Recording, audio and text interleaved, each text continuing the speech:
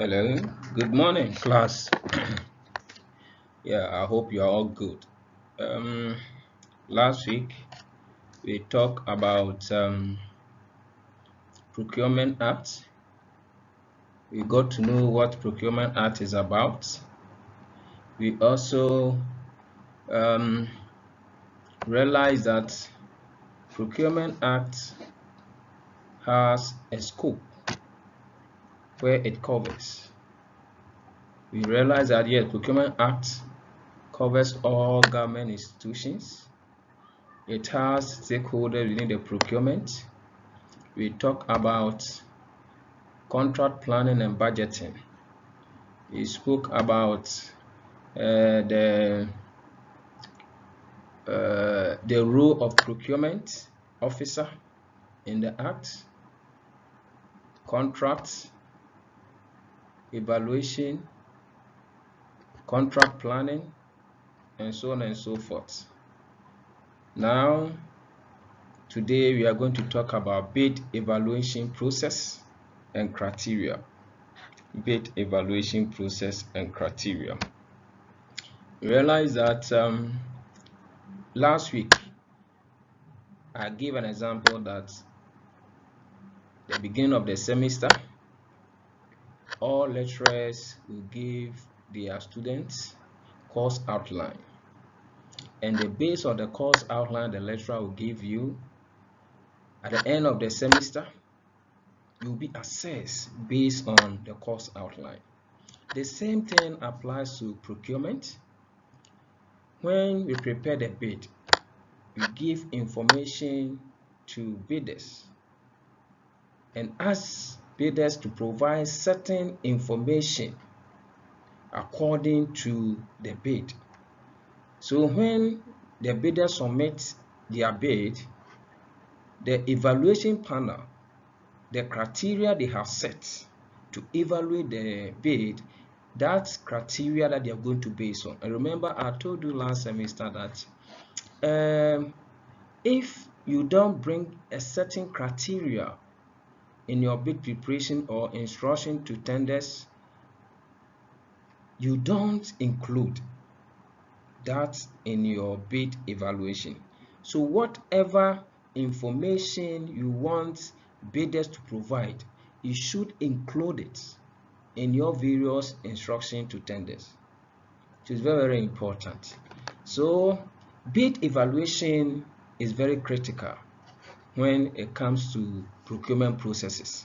You cannot award contracts without making sure that you evaluate the bid. So bid evaluation, it assesses all proposals that has been received from suppliers.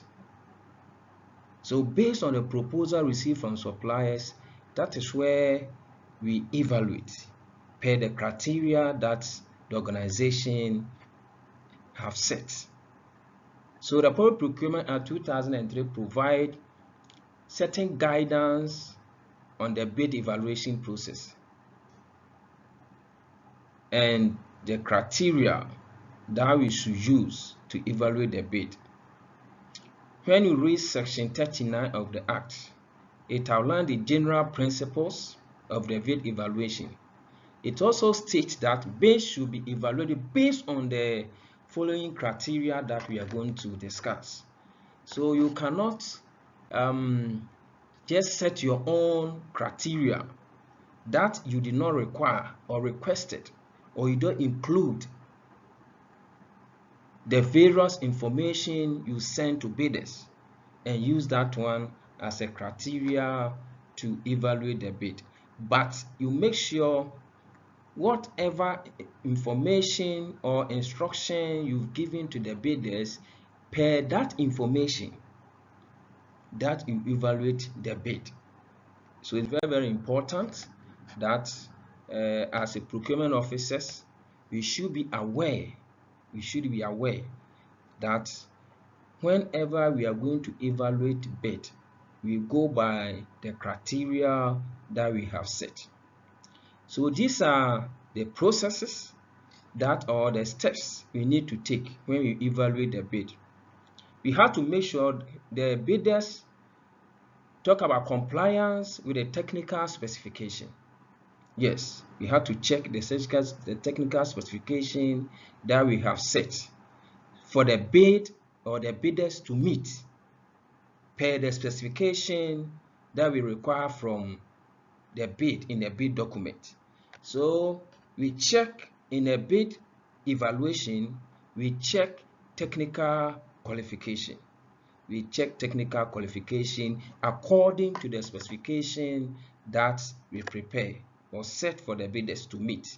And then we also need to check about the price.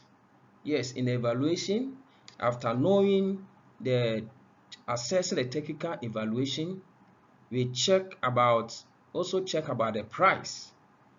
We check about the price to make sure that the organization or the entity is going to enjoy value for money. So we need to take into account the quality and other relevant factors that based on the criteria that we have set in the evaluation document. It's very, very important that in a bid evaluation, we also need to check about the price, about the pricing of the various bidders.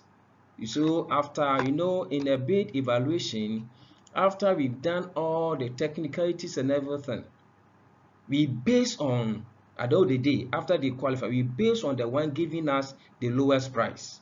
After considering the technical aspect of it, the technical specification, and all other criteria, at the end of the day, the last point is the price. That is where we base on to award the contract. And we also think about the experience and the track record of bidders. That is why in the bid document preparation, we normally ask bidders to show their records of performing certain tasks or certain contract they have performed before, for us to be able to know that yes, such a person, if we award a contract to you, you can able to execute the contract as expecting. It's not that that everybody can just wake up and then come and bid for contract. At least we should able to see and make sure that the bidder has done the work before or has an experience.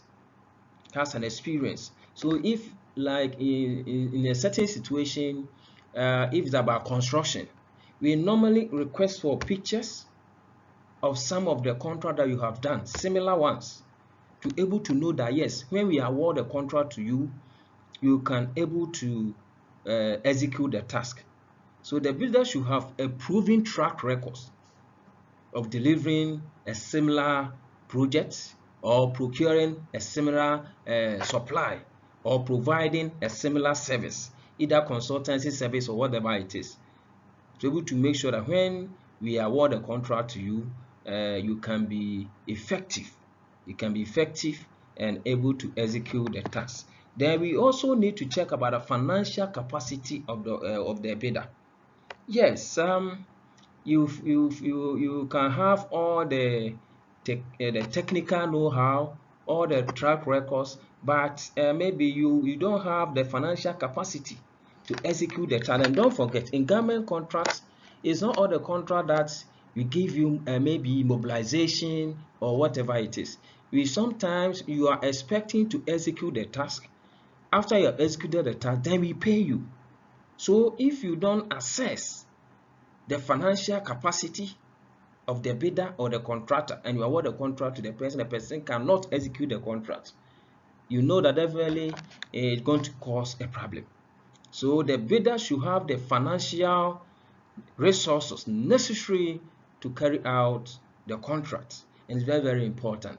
It's very, very important. So sometimes in some of the contracts, there's a request for tender securities, and maybe you sometimes need to show your bank statement to indicate that you have the capacity.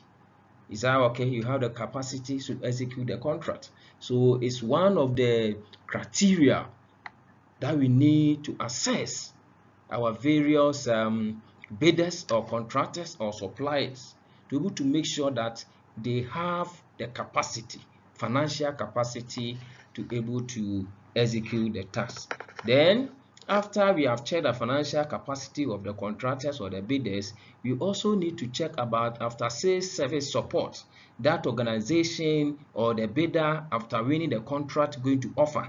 We also need to check on, if let's say for instance, the furniture department or maybe automobile department in the institution want a machine to procure, a workshop machine, and then suppliers submit their tender document, and in the instruction or information to lenders, we ask after sales service that the various bidders are going to give.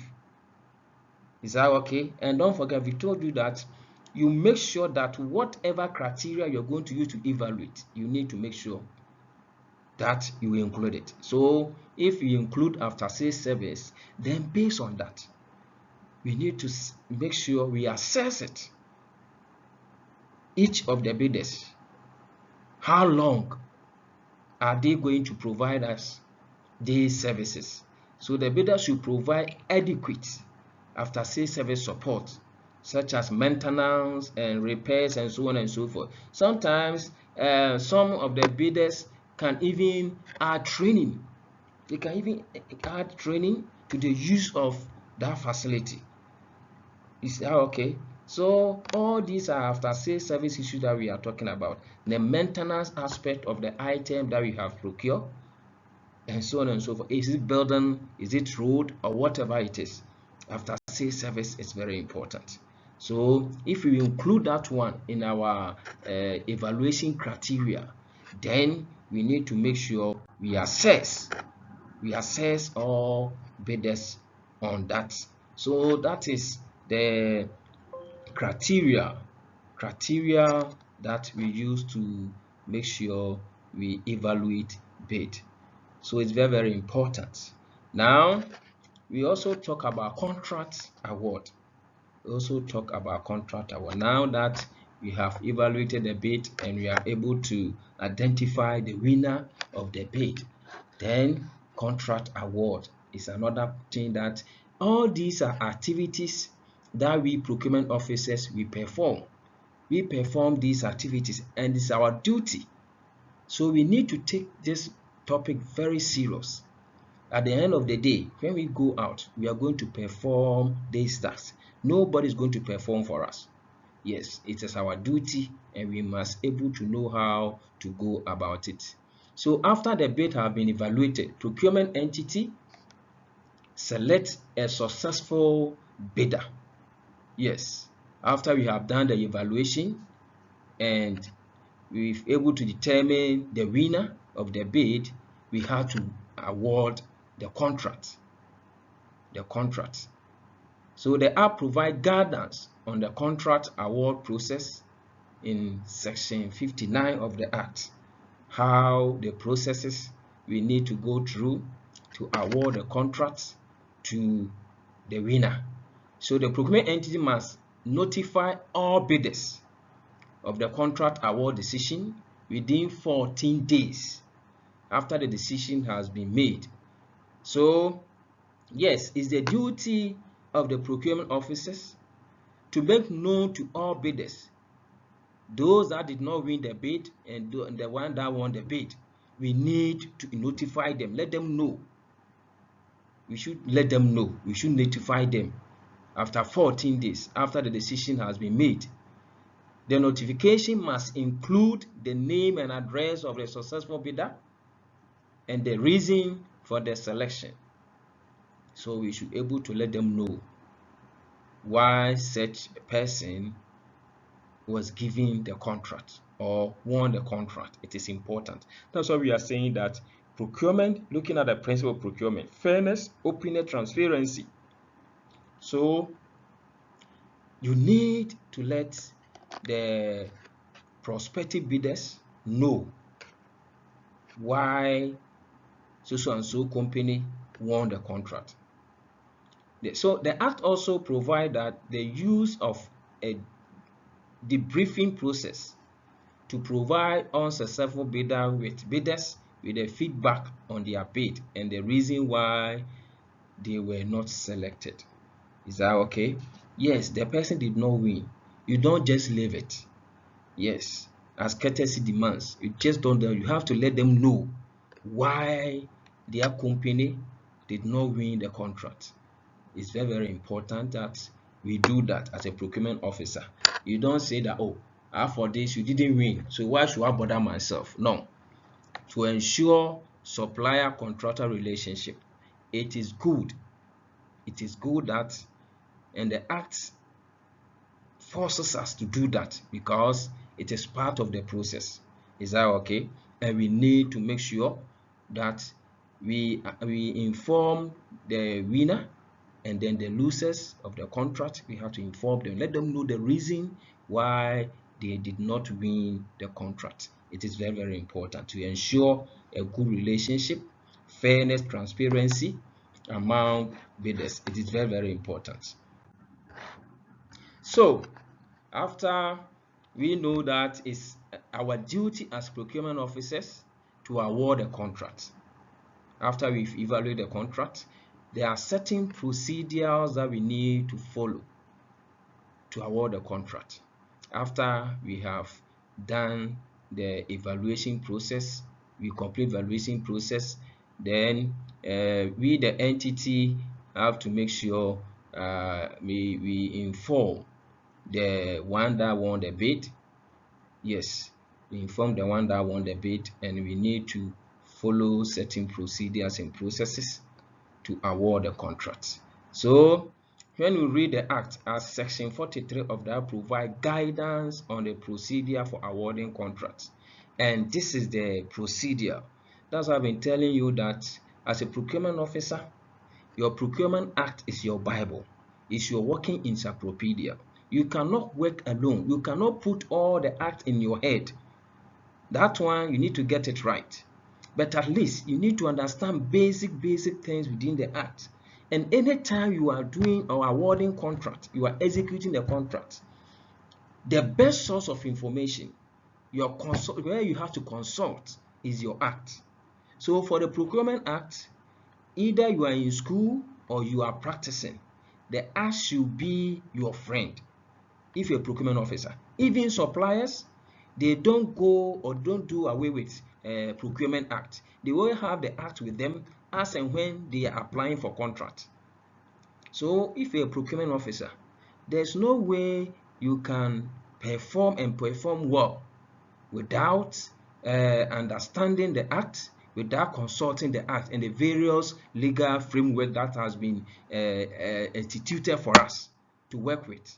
They are our guiding books that we need to consult. So the process has been set down for us.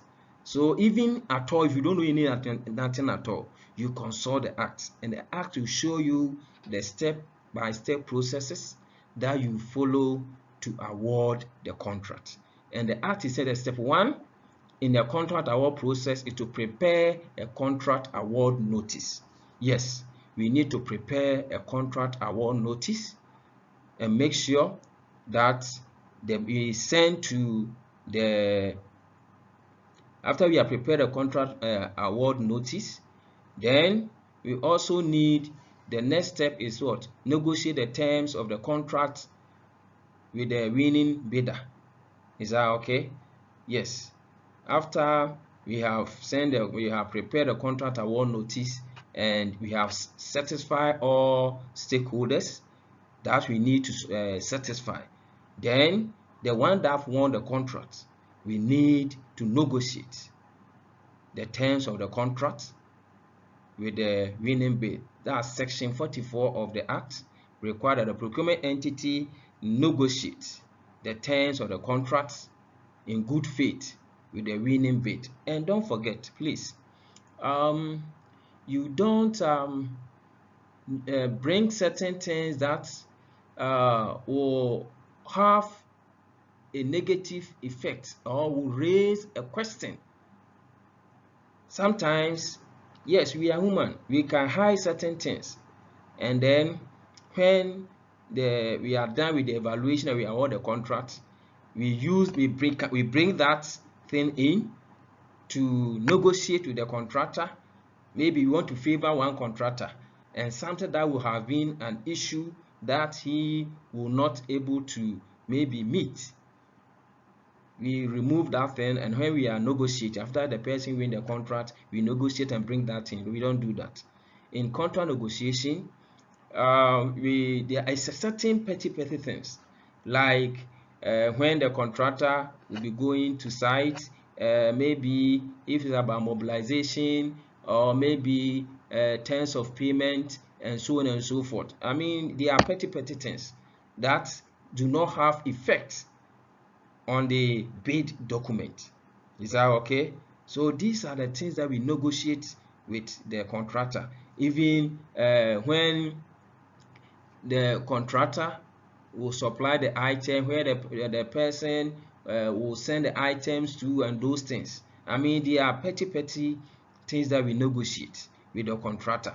It's not something that will have a effect on the contract document. No, that's not so. But we should be able to know certain things, petty things that we need to clear with the contractor or the winner. So these are the things that we negotiate the contractor with.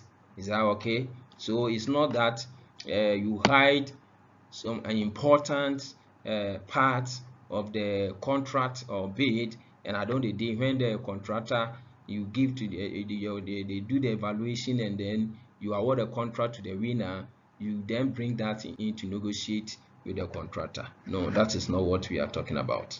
That's not what we are talking about. Sometimes we set a committee. We need to have committee to manage the contracts, and so on and so forth. These are the things that we try to think about around that area. And then once the terms of contract have been negotiated and agreed upon, the procuring entity is requiring to issue contract award letter to the winning bidder. So when we do all these things and we sit down and do all the negotiation and we agree, then we award the contract by giving the winner a contract award letter to indicate that he can start the work. Is that okay? So that is the process that we follow to award the contract. So as a procurement officer, we have to make sure that we award the contract, follow the due process and steps to award the contract. We don't rush in awarding the contract. You need to pass through the processes. Now, after we have done all these processes, then the contract is awarded to the winner. Now, let's talk about the importance of transparency, fairness in the bid evaluation and contract award process. Yes, when you read last, we realized that in our first lecture, we have procurement principles. The procurement principles are that we procurement officers, we need to follow. We need to follow to make sure that we don't go against the Procurement Act. You know the reason why the Act came in. Yes, we discussed that when we were talking about public procurement practices. Yes, how people were taking advantage over the system since we didn't have any procurement procedures and processes of embarking on public procurement, and how corruption and other things that people were taking advantage of taxpayers' money. So that is why the Act came, to be able to make sure that they put sanity in place, and that we have an entity that will manage the public procurement to make sure we save the public purse. So these are the reasons why public procurement came into being. And for that matter, need to set certain principles that if you want to be a procurement professional, if you want to be a supplier, contractor, a consultant, want to transact business with government, we need to obey this principle, especially with the procurement officers and all stakeholders within the procurement chain. We need to make sure we follow the process. That is why we want to find out the importance of transparency, fairness in the bid evaluation and contract award process, because transparency and fairness is key in all our procurement activities.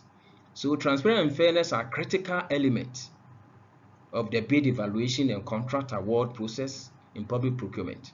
Yes, in the bid evaluation process, that is where people can able to manipulate the system to favor certain contractors or whoever they want to award the contract to. So we make sure transparency and fairness in procurement evaluation process is key. It should be key. That is why the Act also made it clear to us the procedures and processes that we need to follow to execute this kind of task. And please, I always talk to you. In procurement, yes, you need money, but you don't rush for money. Is that okay? We have to make sure we execute our task with all fairness.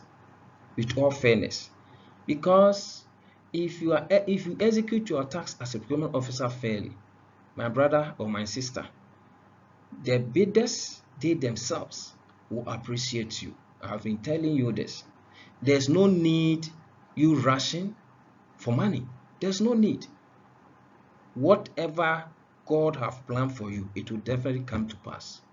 It's not about you rushing left and right, center, rushing for money, grabbing money with your left, your right. At the end of the day, if you don't take care and the law catches you, you see where you will be. So please, let us make sure, as the Act is putting in place the certain principles and rules and regulations for us, let us follow the procedure. Let us follow the principle and we'll work and enjoy our benefits. So the Procurement Act 663/2003 emphasizes the importance of these elements in ensuring that procurement process is conducted in a manner that promotes public trust and confidence. Yes, so the Act came to be able to put in place confidence and trust in public procurement, to make sure we safeguard public purse, and then promote private companies to grow. Because if you are transparent and fair and we allow competition, each and every one within the private company that want to enter into contract in the government institutions, one way or the other, be served one day. So why then do we have to skew the system to favor one particular bidder as against others? I don't think there's any need. So that is why we want to find out the importance of transparency and fairness in bid evaluation and contract award. Now, transparency in the bid evaluation and contract award process is essential in promoting public accountability. Yes, if we are transparent in the procurement process, in evaluation and contract award, definitely all bidders will accept the process in good faith. Yes, and they themselves will even talk about the process. They themselves will proclaim the goodness of the Procurement Act. They themselves, so that people will have confidence in the Public Procurement Act. But if you don't remain transparent and fairness, ensure fairness in the executing of our task as procurement officers or all the stakeholders within the procurement processes in executing government contracts, then we are doing the service to the act, to the state, and to the people of Ghana. So we need to make sure that we remain transparent to ensure or promote accountability in the public procurement processes. So when you read section 32 of the Act, it requires that all procurement processes be documented and that all procurement records be made available for public scrutiny. That is why auditors normally visit all procurement documents or entities to assess all procurement that we have done. Yes, all the procurement that we have done, they will come and assess it to see that we are following the right procedures and processes in awarding contracts, government contracts to contractors, to the various bidders. They have to make sure the process is fair, free and fair and transparent in all aspects. So at the end of the day, auditors will come and scrutinize all the procurement documents to make sure that we are utilizing public funds judiciously. So transparency is key in procurement processes. Now, what about fairness? I've been telling you as procurement officer, we need to be fair. We need to be fair in all our dealings. In discharge of our duty, fairness is key. We must be fair. You don't try to favor one contractor as against other. It's not good. You don't release certain information to prospective competitor or bidder in the procurement process. No. You have to make sure that in the bid evaluation and contract award process is equally important in all aspects of it. So section 33 of the Act requires that all bidders be given a reasonable opportunity to participate in a procurement process, and that all bids be evaluated objectively and without discrimination. It's clear, black and white, and it is our duty and responsibility that we remain fair in all procurement supply chain system in a point whereby we are executing contracts, evaluation and award of the contract. Don't try to skew the system to favor one bidder against the others. No, we have to give them, all of them, a level playing field for them to compete for the contract, so that we promote the procurement process. We promote the procurement process and make sure that the people have confidence in discharge of our duty. That is why we are there. That is why we are there. If we should go back and practice what the previous people or staff of procurement or that there weren't any procurement division or department authority there, those people who were executing government contracts, the bearers, the accountants, and so on and so forth, and they took advantage over the system because the system was weak in procurement. The system was very weak, and people were taking advantage. And that time there weren't any rules and regulations or laid down procedures, and people can do whatever they want to do when it's come to procurement. Even in the procurement disposal, there weren't any regulations or there weren't any rules as to how you dispose of public properties, and people took advantage. That is why they instituted this act. Is that okay? And passed the act in 2003. And that gave you, the procurement officer, the job that you were seeking for. So if you go to the field, or after your education, you go to the field, and then you start practicing the old system, then I don't think there will be the need for this authority to be in existence in Ghana. We have to make sure that all the procedures and the framework they have set for us, we follow to the latter. And it's very, very important. And you and I, we have to make sure the acts gain the needed respect. Yes, we have to make sure, because we have to work according to what the principles that the acts have set for us, to build the confidence of the people in the procurement processes.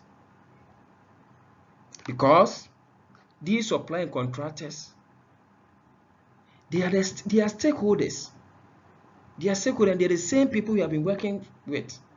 So if one day you favor one contractor, and instead the next time you don't favor him, you also think that you favor somebody for that person to win contracts, and they will lose confidence in you as a procurement officer, and you have a bad name. At the end of the day, a time will come, you advertise a contract in your entity, and no supplier will come, because they may think that yes, and for you, that is your lifestyle, that is the way you discharge your duty. You are not fair, you are not transparent, you are corrupt, and for that matter, they won't come, because if they come and procure the bid document, whatever it is, you know what you are awarding the contract to. Just procurement officers, we have to remain fair. We should be fair in discharge of our duty. Section 39 of the Act also provides for the establishment of complaint and review mechanisms. Remember, we discussed complaint and review mechanisms last semester. We discussed about it. That mechanism is there to make sure that the system is fair and transparent and open. The administrative review and what do you call it? The administrative review and supplier. I've forgotten the other name. So you see, we need to make sure that we ensure that we act according to what the system is asking us to do. So the Act instituted the complaint mechanisms, administrative review. These complaint mechanisms has been set up so that suppliers that are not happy or think that something went wrong in evaluation process or contract award process, they can lodge complaint. Is that okay? Likewise, there's a supply department also system there, whereby if as an entity you realize that a certain supplier, contractor, or service provider is not discharging the duty as expected, going against the Act, you can also lodge that complaint against a prospective bidder or contractor. So it's two-way affair. In as much as supplier can lodge complaint, likewise an entity can also lodge complaint against each other. That makes the system open and fair. It makes the system open and fair. So if you're a contractor and you are not happy about procurement processes, you can raise it, and then they will solve the issue before they continue. Likewise, an entity can also raise an issue against a contractor or service provider, and then that issue will be addressed before they continue. So it's a double sword issue. Each and every one can lodge a complaint and make sure that they address in the process. So the evaluation criteria shall be set out in bidding document and shall be objective and measurable. Yes, the criteria may include, but shall not be limited to price, quality, technical specifications, delivery terms, after sales service, and any other relevant factors. Yes, the criteria can be set in so many angles within the supply chain of procurement processes to make sure that the contractors and we, the procurement officers, and all stakeholders within the procurement, we discharge our duties very well. So the criteria that we set is based, the criteria that we set depend on the type of contract that we want to award. You can't set one criteria. It's not static. No, it varies according to the contract that you want to award. Let's say, for instance, if I want to buy a furniture for the school, I need certain specification for that furniture. You can't use the same specification and criteria for maybe construction of a school block or a lab or procurement of maybe machines. Is that okay? So depend on what you are executing, the task that you are executing. Then we'll then base on that to set the criteria. You then base on that to set the criteria. So the criteria that we set depends on the contracts that you are awarding. Is that okay? It's not static, but the procedure are the same, but the criteria that we set is not standard. No, the criteria, it depends on whatever you want to work on before you know the type of criteria that you set. Now, after knowing this, as a procurement officer, what is your duty under evaluation of certain evaluation criteria on a procurement? Yes, you have a responsibility. All the responsibility lies on you as a procurement officer. You have to make sure that the right thing are done in a procurement process. That is why you are the officer in charge. You are there representing public procurement authority. So whatever activity that entity embark on, all procurement processes, you procurement officer, you are in charge. So it is your duty to be able to make sure that you set right evaluating criteria. Now you should be consistent to all bidders. Yes, whatever criteria that we set, it should cut across all bidders. You can't set one criteria for one bidder, set another criteria for another bidder, and no, criteria should be the same. It should be the same. So procurement officers must ensure that the evaluation criteria are applied consistently to all bidders and that the evaluation process is conducted impartially. Listen to that, impartially. Partiality doesn't come in here. That is why I've been telling you that anytime in a procurement process, if you are part of the stakeholders like entity tender committee, evaluation committee, or tender review committee, and you have your relative bidding for that contract, you have to make sure you make your intention clear and absent yourself from the committee. Yes. To make sure there's fairness, there's no partiality in the system, there's transparency, openness in the procurement process. So as a procurement officer, you have to make sure the rules apply equally to all bidders. Section 37 of the Act requires that the evaluation process be conducted by a committee of at least 3 persons. Yes, at least 3 persons. And we have to make sure that the people within committee have a technical expertise. They have technical expertise in whatever contract they are evaluating. Let's say we want to procure a machine for auto department, and bidders have submitted their bid and we're going to evaluate. Now I have to make sure there is somebody, the user department, somebody with the technical expertise should be part of the evaluation panel. to able to offer a technical advice. We don't just set evaluation panel for certain sake, no. We set an evaluation panel with certain technical expertise. Like you have a legal mind in the evaluation panel. You can have an accountant in the evaluation panel. You can have the user department, somebody with technical expertise. You have somebody with procurement expertise in the committee.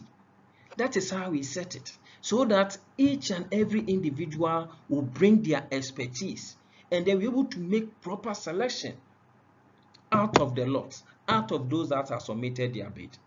That is how Procurement Act talks about.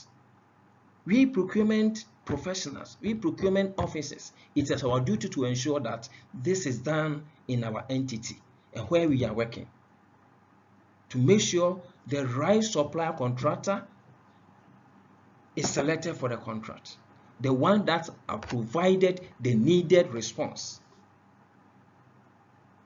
It's very, very important. It's very, very important. So the act is saying that when you select the committee, one of whom shall be a member of the entity for which the procurement is being conducted, and the other two shall be independent of the entity. Have we heard that? So let's say we want to procure a vehicle at the KSTU for the school, and we have various departments. We have transport department, we have mechanic, we have furniture department, procurement department, entrepreneurship, and so on and so forth. Now, the item in question is transport, a car.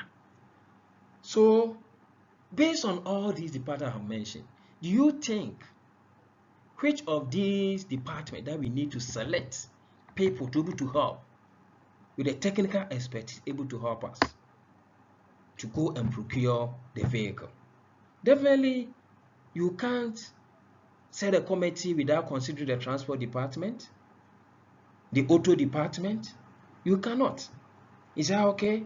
And even somebody maybe within procurement department, you need to select somebody from there to bring procurement expertise to the committee. That is how we set evaluation committee to evaluate tender. And as a procurement officers, this is what we should have. This is the technical know-how we should have when we are setting a technical committee, we are setting a committee to evaluate tenders. Not that this one is my friend, this one is my uncle, this one is so and so. So you want them to be part of the evaluation panel. At the end of the day, maybe they will get certain allowances or whatever. No, we want people who can give us value for money, who can do a genuine job. And don't forget, a procurement officer, when they are able to execute a perfect job for you, enjoy it. You are the one that will take glory out of the outcome. If they go and procure or select a contractor and that contractor is not the right person for the contract, you are going to be disgraced. Because when they start questioning, you are the procurement officer, they'll start pointing their fingers on you. So who awarded, who led the contract? Who led the executing of the contract? You are the procurement officer. They'll ask you what process did you pass through to award a contract to such a person. What will you say? Your integrity is on the line. So please, let us make sure that we discharge our duty as clean as snow. Very, very important. Very, very important. We have to make sure we discharge our duty as expecting from us as procurement officers. Now, we talk about contract management and administration. Yes, contract management and administration is our duty as procurement officers to make sure whatever contract that we award, we set or we allocate or assign somebody to be in charge to manage that contract. We don't award a contract and go and sleep. No.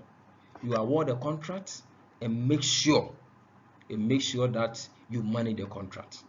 So contract management and administration refers to the process of overseeing and monitoring the contract performance to ensure that compliance with the terms and conditions of the contract is followed.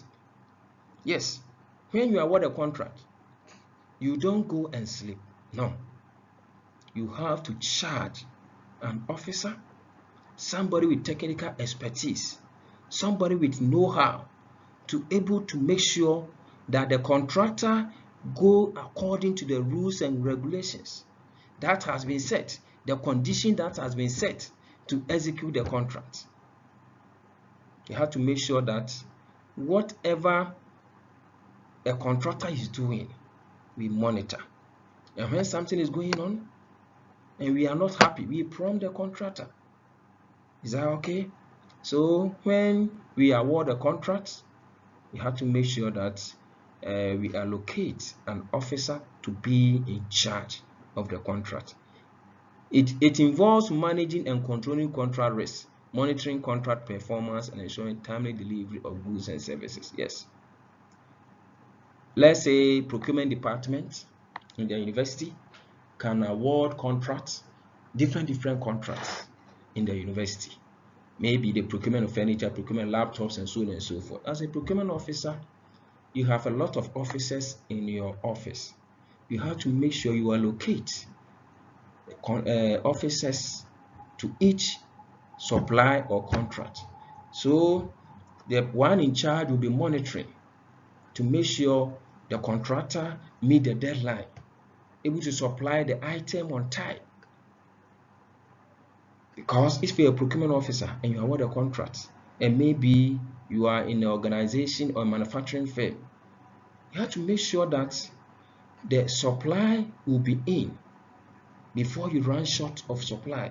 And you know, when you run short of the supply, you know the consequences, the cost you cause the organization.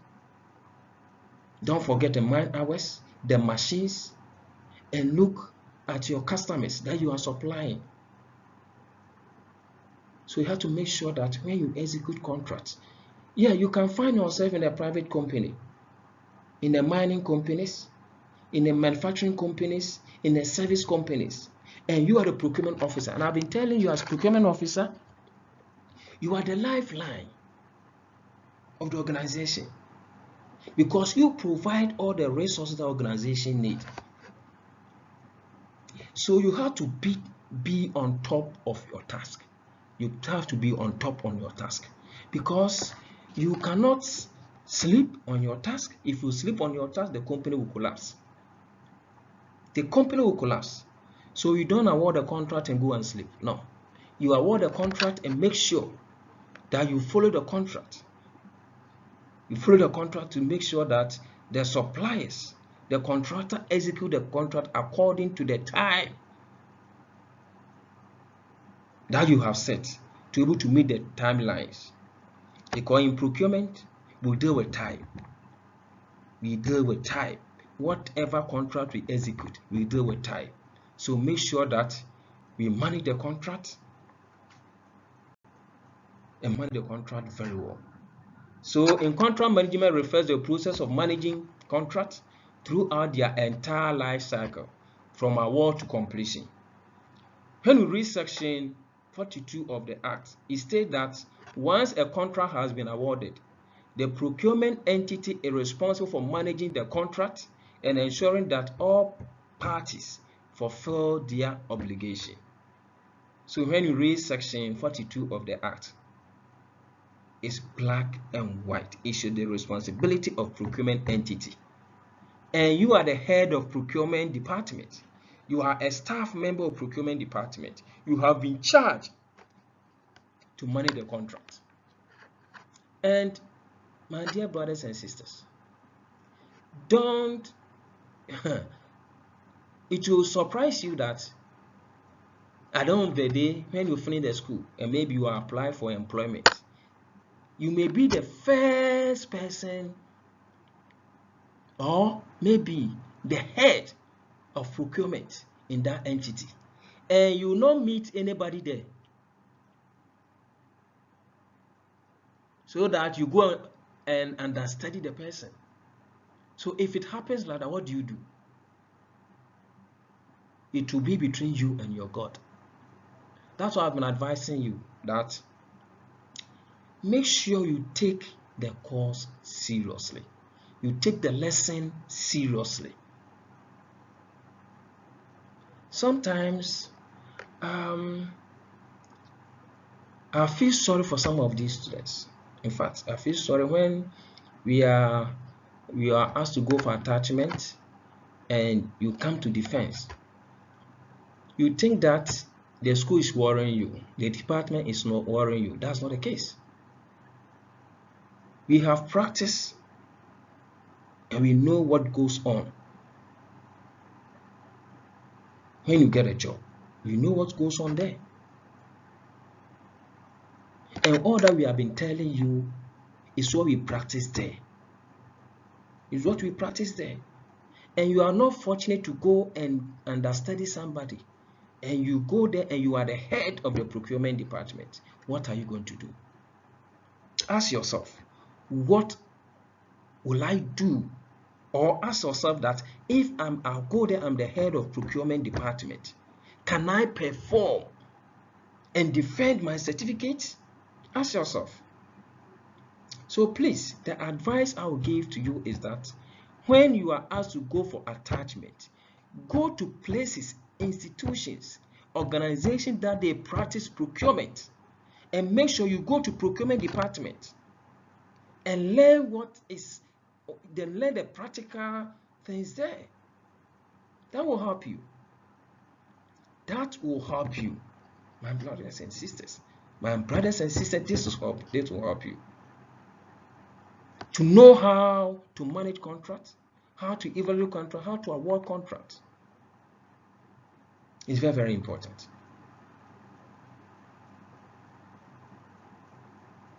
So, when you read section 43 of the Act, it requires a procuring entity to establish contract management units. Yes, the entity have to establish contract management units to oversee management of the contract. Section 44 of the Act requires a procurement entity to maintain proper records of all contracts, including the terms and conditions of the contract, performance measures, and any amendment or variations to the contract. All these are the responsibilities of procurement officers. Now, I've been telling you that in procurement, our key record and what defends us when issue crops up is a record keeping. I've been telling you, in procurement, we don't deal with verbal communication. No, we don't deal with verbal communication. Make sure whatever duty you perform, you have records backing it. So in case of anything at all, you have an evidence. You have an evidence. And I've been telling you that all procurement department organizations have database for their contractors, suppliers, and service providers. We need to keep all these records for future use. It's very, very important. Now, when you read section 45 of the Act, it provides for the termination of contracts in a certain circumstances, such as non-performance or breach of contract.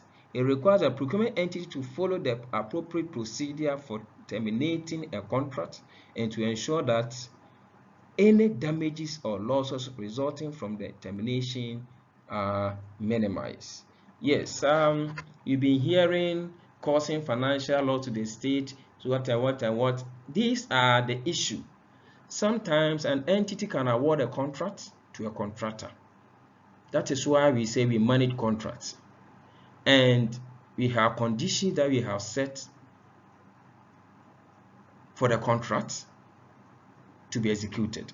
So we have to make sure, as we are managing the contract, we follow those conditions and make sure the contractor is going by the condition that has been set.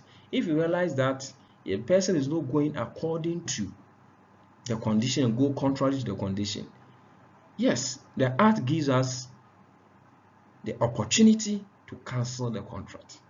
In a situation whereby if I order a contract and maybe the contractor left the site without any excuse, now the timeline that the person is supposed to finish the contract per the space they are going, you can realize that they cannot, or the kind of work they are executing, you realize that they are not performing to the specification of the work. An entity can terminate the contract. And make sure when you are terminating the contract, you follow the due process. You don't just get up and say, contractor, leave. No. You have to make sure you build those there. Yes. You have to make sure that all the necessary action and steps that you have to take, you take that steps and necessary actions before you can terminate the contract. So when you terminate the contract and maybe the contractor go to court or whatever it is, you have documentation, you have reasons to defend the entity. So in contract management, it's very, very serious, and it's a very serious business. We don't joke with contract management in an organization, because it can cause the organization huge sums of money if you don't follow the due process and make sure you manage the contract very well. So contract control and contractual safeguards.